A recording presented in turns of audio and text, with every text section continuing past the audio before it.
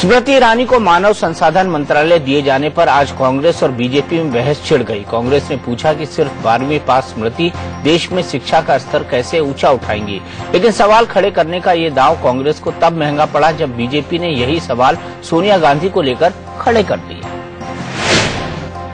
मैं स्मृति जुबिन ईरानी ईश्वर की शपथ लेती हूँ कि मैं विधि द्वारा स्थापित भारत के संविधान के प्रति। मोदी सरकार की कैबिनेट मंत्री स्मृति ईरानी को जैसे ही मानव संसाधन विकास मंत्रालय का जिम्मा मिला, कांग्रेस ने स्मृति की शैक्षिक योग्यता पर ही सवाल खड़े कर दिए। शुरुआत अजय माकन के ट्वीट से हुई। मोदी की क्या कैबिनेट है, मानव संसाधन विकास मंत्री स्मृति ईरानी स्नातक भी नहीं है।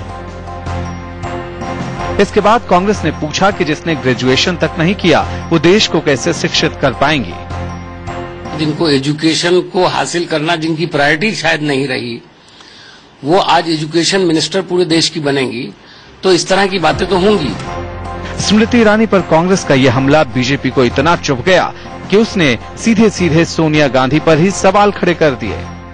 मुझे पूछना है कि सोनिया गांधी की शैक्षणिक योग्यता क्या है, क्योंकि उन्होंने यूपीए को हेड किया है, मनमोहन सिंह को डायरेक्शन दी है, पूरी यूपीए की सरकार उनके दरवाजे पर हाथ बांध के खड़ी थी।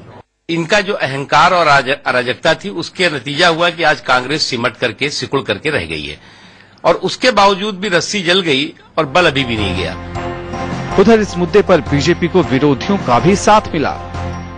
कितनी पढ़ी है ये बात नहीं है, उसकी पढ़ाई के ऊपर ये प्रश्न उठाना चाहिए। ये जो लोग हैं, जितने ज्यादा पढ़े हुए हैं, मैं उन पढ़े हुए लोगों ने देश अभी 68 वर्ष में चलाया, कैसा चलाया ये दुनिया के सामने है। इसके बाद कांग्रेस बैकफुट पर आती दिखी।